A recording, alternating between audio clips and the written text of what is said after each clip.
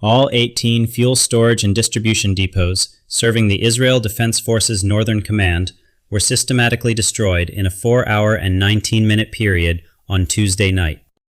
Every facility moving diesel, aviation fuel, and armored vehicle lubricants from the port system into the operational bloodstream of Israel's most critical military theater was reduced to burning infrastructure before midnight. Analysts of armored warfare are calling this one of the most efficiently executed logistical kill campaigns in the history of modern ground warfare. Iran did not need to destroy the tanks themselves, it only needed to eliminate their fuel supply. In a single operational night, that objective was achieved. The numbers are unambiguous. 18 fuel depots, every significant petroleum storage and distribution node supporting Israel Defense Forces armored operations across the northern sector, from the Lebanese border to the Jordan Valley, were struck between 1:14 a.m. and 4:47 a.m. local time. The fires from the last depot were still burning when the first damage assessments reached Northern Command headquarters. 200 Merkava 4 main battle tanks, the backbone of Israel's ground deterrence on its northern front, had fuel reserves that, under sustained operational conditions, last approximately 36 to 48 hours of active movement. Now, with no resupply pathway intact and no alternative distribution infrastructure available, these tanks are no longer a fighting force. They are now an expensive collection of stationary targets, awaiting the follow-on strike that Iranian operational doctrine almost certainly has already planned. At 6:23 a.m., Northern Command issued the operational suspension order that military historians will study for generations. This was not a retreat, nor a tactical withdrawal to prepared positions. This suspension is a formal acknowledgement that the force can no longer execute its assigned mission, its material foundation having been destroyed. In practical terms, it is a surrender of operational initiative that carries consequences extending far beyond the immediate tactical situation. When a command suspends operations because its tanks have run dry, it does not simply pause. It concedes the initiative to an adversary now free to maneuver, reinforce, and position without opposition, an adversary who has demonstrated the precision and will to exploit every hour of that freedom productively. This immediate immobilization of 200 advanced main battle tanks, not by direct combat but by logistical interdiction, represents an unprecedented vulnerability for a modern, technologically superior armored force. Historically, such a large-scale incapacitation would require overwhelming enemy fire, not the systematic elimination of its supply chain before any engagement. It redefines the battlefield. Today, we delve into the critical questions now occupying Israel's War Cabinet and Washington's National Security Council, both locked in emergency sessions. How did Iran identify, target, and destroy 18 separate fuel depots simultaneously? What does the precision of that targeting reveal about the intelligence architecture Tehran has been building for years? What does the immobilization of 200 Merkava 4 tanks actually mean for Israel's ability to defend its northern border against a Hizballah ground force that has been preparing for exactly this scenario? Why has Northern Command's operational suspension sent shockwaves through every NATO capital? What does it tell us about the true vulnerability of armor-heavy force structures in an era of precision logistics interdiction? And where does this conflict go from here, when Iran has demonstrated it can shut down an entire front without firing a single shot at a single tank? Now, let us examine the full breakdown. From a professional standpoint, the targeting architecture behind the 18 Depot strike campaign is the most instructive element of the entire operation because it reveals a level of intelligence preparation and operational planning that goes far beyond what Iran's adversaries had publicly assessed as its current capability. The difficulty of this targeting problem is not immediately obvious to observers without a logistics background. Fuel depots supporting armored operations are not large, static, easily visible installations sitting in open terrain with clear markings. They are deliberately dispersed, partially buried, camouflaged, and distributed across the operational area, specifically to prevent exactly the kind of single-strike logistics interdiction that Iran just executed. The Israel Defense Forces Northern Sector fuel infrastructure was designed with dispersal as its primary survivability concept. The assumption was that no adversary could simultaneously locate, target, and strike enough nodes to produce a complete supply failure across the entire sector. That assumption rested on an intelligence denial posture, keeping the precise locations of fuel storage nodes out of adversary targeting databases through operational security, emission control, and physical concealment. What the events of this night demonstrate is that Iran's intelligence preparation had completely penetrated that denial posture. Every one of the 18 targeted depots was struck with weapons that arrived on precise aim points, not approximate locations or area effect attacks designed to catch a facility somewhere within a radius, but direct hits on the specific storage and distribution infrastructure at each node. That level of targeting fidelity requires a targeting database built over years through a combination of signals intelligence, imagery analysis, human source reporting, and potentially cyber collection against the logistics management systems that track fuel inventory and distribution across the sector. This level of targeting fidelity, built over years through multi-source intelligence, marks a significant evolution in strategic warfare. It moves beyond traditional reconnaissance to demonstrate a deep, persistent penetration of an adversary's operational infrastructure. This suggests a shift where intelligence gathering itself becomes a primary weapon system, capable of preempting kinetic engagement. The strike package itself consisted primarily of Shahed 238 jet-powered loitering munitions and Fate 1 precision ballistic missiles. This combination presented the defending system with two fundamentally different engagement problems simultaneously. The Fate 110 ballistic missiles arrived at hypersonic terminal velocities from high altitude, demanding the attention of Arrow and Patriot batteries.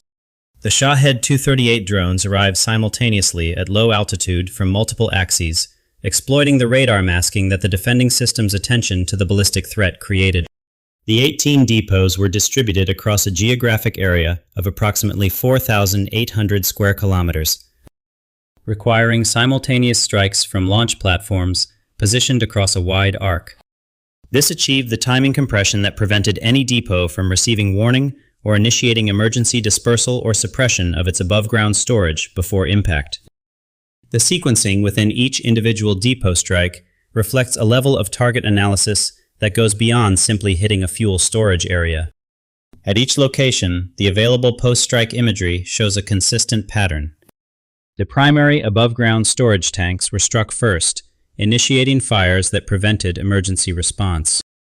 The underground tank connections and distribution pipelines were struck second, eliminating the possibility of recovering stored fuel from protected underground reserves. The fuel distribution vehicles, the tank trucks that could potentially serve as mobile resupply assets, were struck at their parking and maintenance areas as the third element of each sub-package. This three-element sequencing at every individual depot reflects a targeting analysis that understood not just where the fuel was stored, but how the distribution system functioned and what would need to be destroyed to make recovery impossible rather than merely difficult. The result was complete. Not 70% degradation of northern sector fuel supply capacity, not significant disruption requiring days to overcome. Complete elimination of the fixed fuel infrastructure supporting armored operations across the entire northern sector was achieved in 3 hours and 33 minutes of operational execution.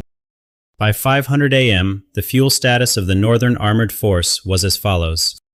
The 200 Merkava 4 tanks of the 36th Armored Division and its attached brigade elements carried internal fuel loads ranging from 40% to 85% of capacity, depending on their operational activity in the preceding 24 hours. At operational movement consumption rates, this represents between 18 and 41 hours of fuel remaining per vehicle. Without resupply, the most fuel-efficient vehicle in the force reaches operational fuel exhaustion within 41 hours of the depot destruction. The least fuel-efficient reaches it within 18 hours. There is no alternative fixed infrastructure capable of providing resupply. The overland resupply route from central sector depots involves a road network that Iran's operational doctrine almost certainly has already targeted for interdiction. The arithmetic is not complicated, yielding only one answer. The Merkava 4 is genuinely one of the finest main battle tanks ever built. It is a technically excellent weapon system whose design reflects decades of hard-won Israeli operational experience and genuine engineering innovation. Its composite armor package, its unique front-engine configuration that improves crew survivability, its fire control system, its ability to carry infantry in its rear compartment. These are real capabilities that make it a formidable platform in the operational environments for which it was designed. None of those capabilities function without fuel. The Merkava 4 is powered by a 1,500 horsepower diesel engine that consumes approximately 400 liters of fuel per 100 kilometers of road movement, and significantly more under cross-country or combat conditions. Its internal fuel capacity is 1,400 liters, giving it a theoretical operational range of approximately 500 kilometers under ideal conditions. In the high-intensity operational environment of the Northern Front, with frequent position changes, engine idling for climate control and systems operation, and terrain significantly more demanding than paved road, actual operational range is considerably lower, and fuel consumption per hour of operation is considerably higher than theoretical figures suggest. 200 tanks with an average fuel load of 60% capacity at the moment of depot destruction carry approximately 168,000 liters of fuel collectively. Under sustained operational conditions, the kind that a Northern Front facing Hizballah pressure would require, that collective fuel reserve supports less than 30 hours of active operations before the first vehicles begin reaching fuel exhaustion. Within 48 hours of depot destruction, the force transitions from a mobile armored formation capable of maneuver warfare to a collection of static defensive positions whose mobility is limited to the minimum movement required to maintain tactical positioning.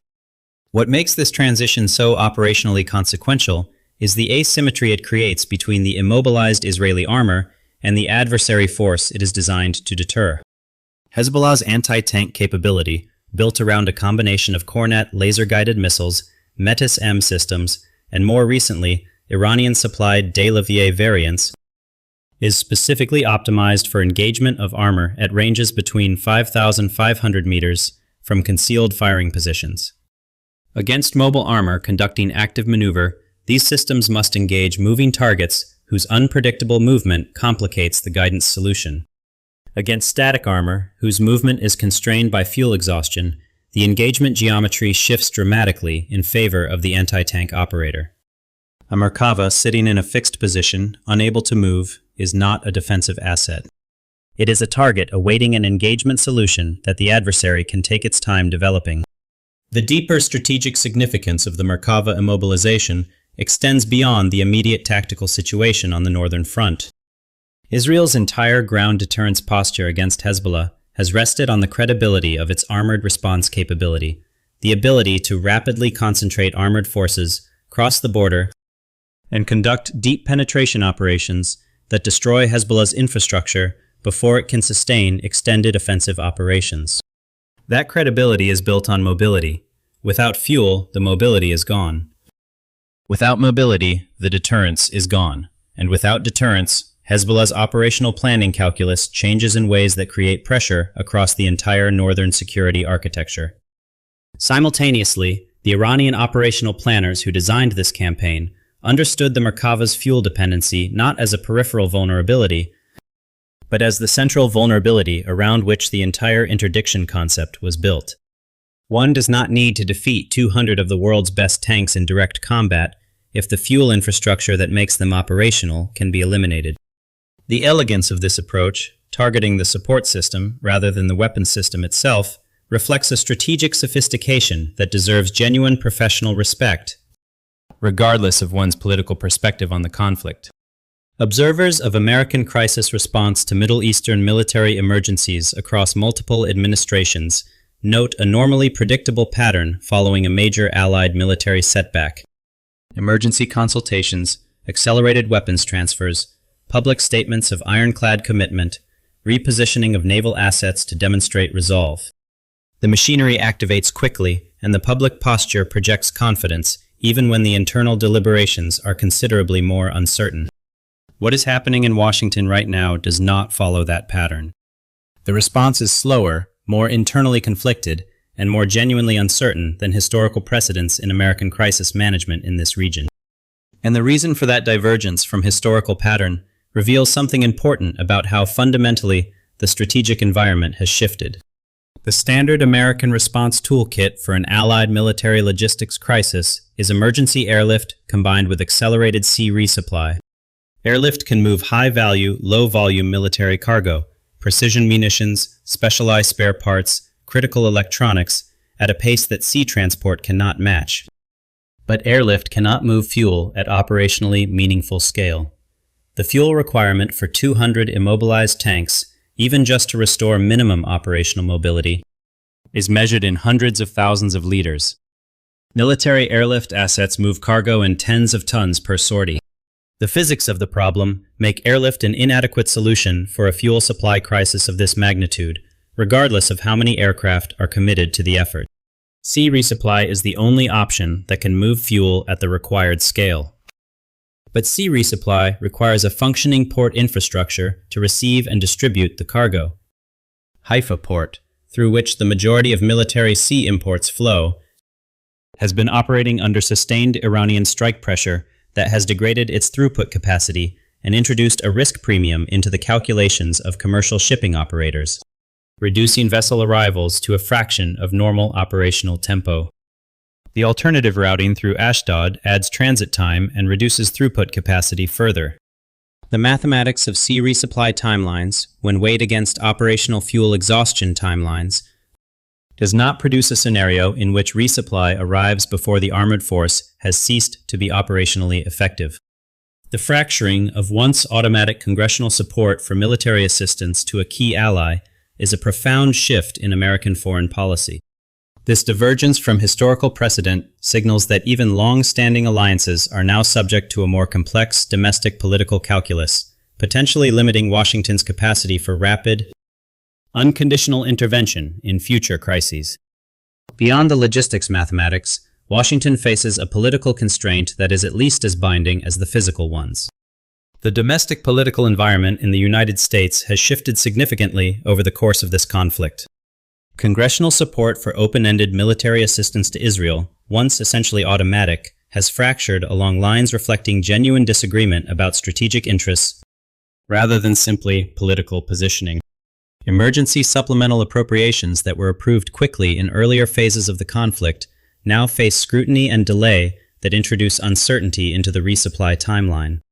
The administration's ability to commit to the scale of emergency assistance that the current situation requires is genuinely constrained by a domestic political reality that Iranian strategic planners have been tracking and factoring into their operational timing.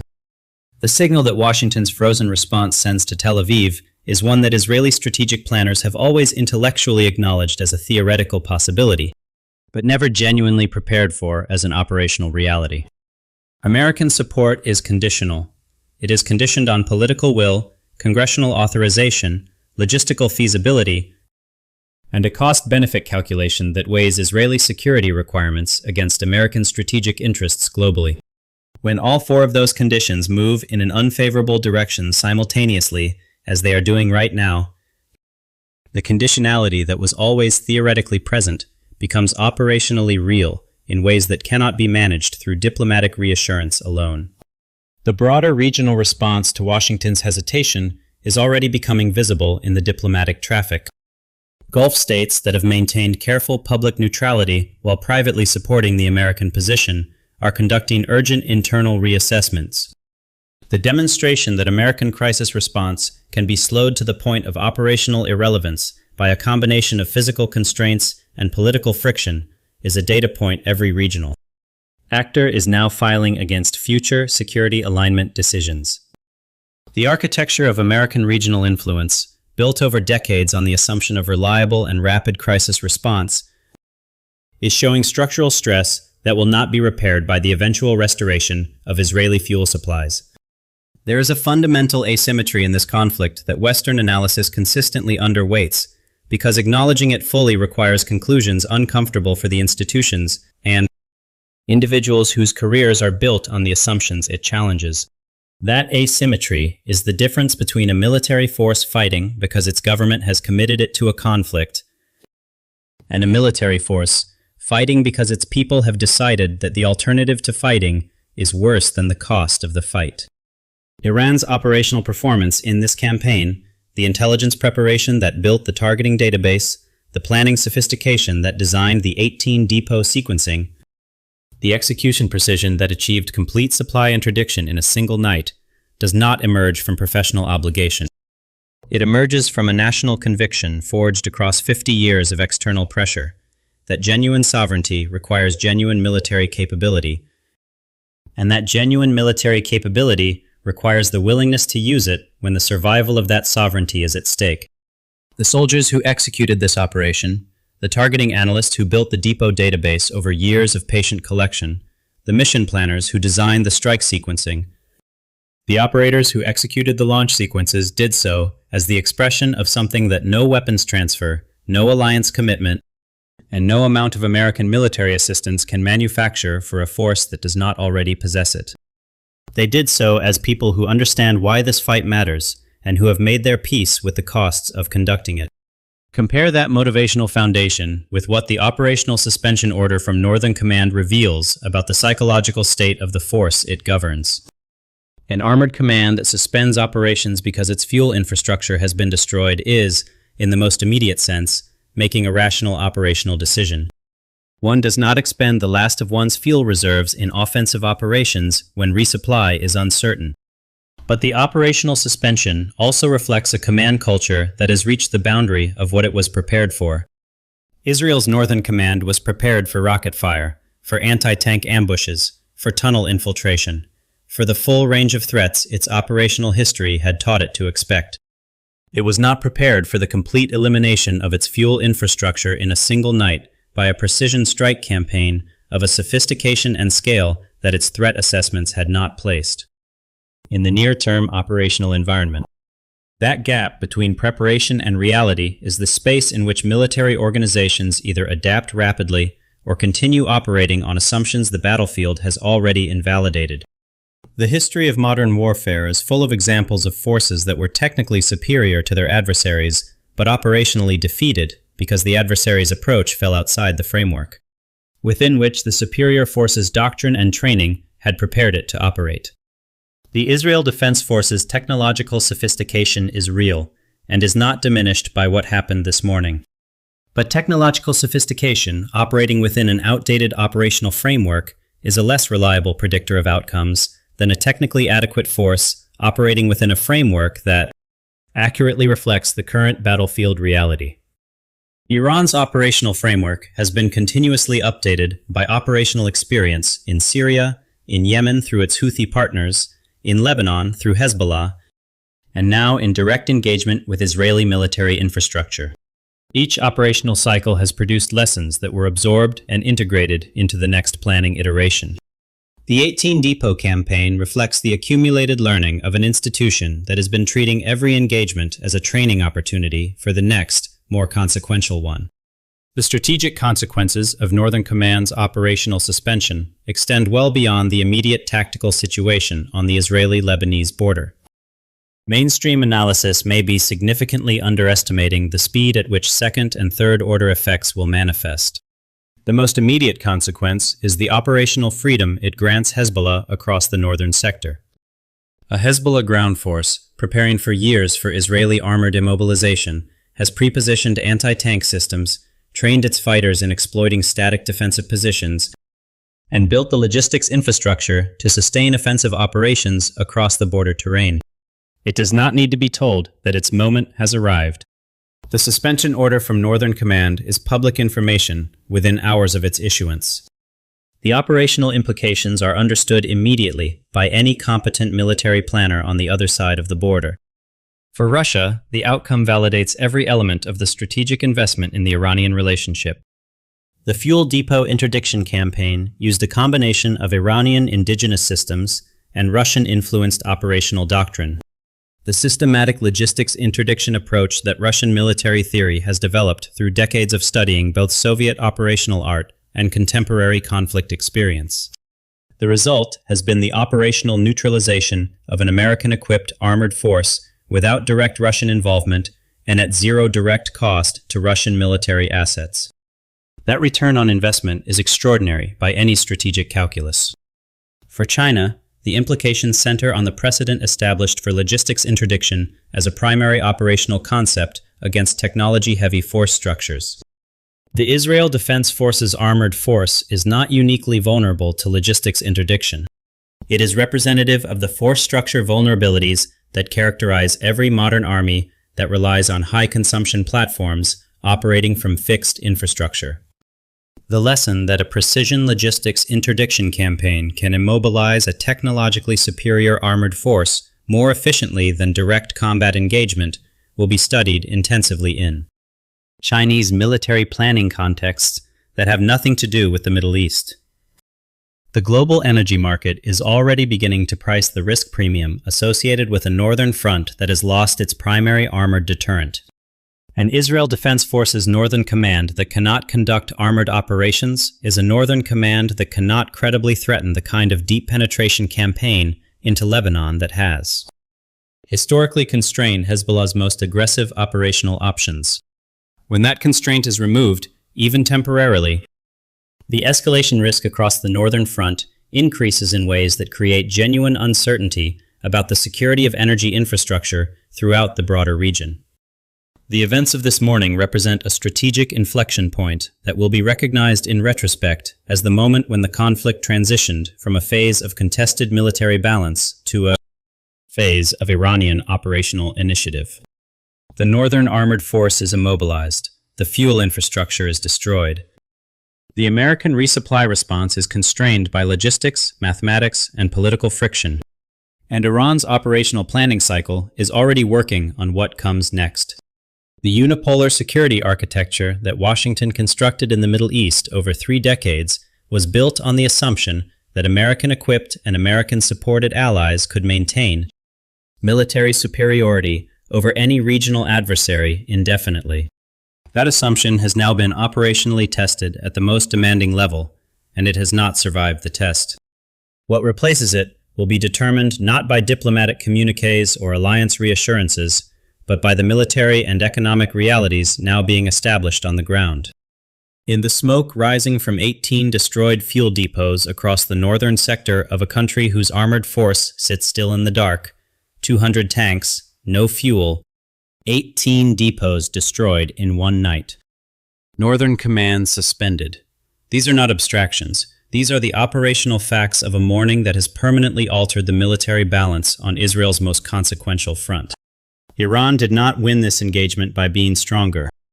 It won by being smarter, by identifying the single most critical vulnerability in the Israel Defense Forces northern operational architecture and eliminating it with a precision and completeness that left no recovery pathway intact. That is not luck. That is the product of years of patient intelligence preparation, operational planning, and the institutional will to execute when the moment arrived. The critical variable now is the operational environment into which resupply will eventually arrive. When the fuel eventually arrives, days from now, weeks from now, what kind of operational environment will it arrive into?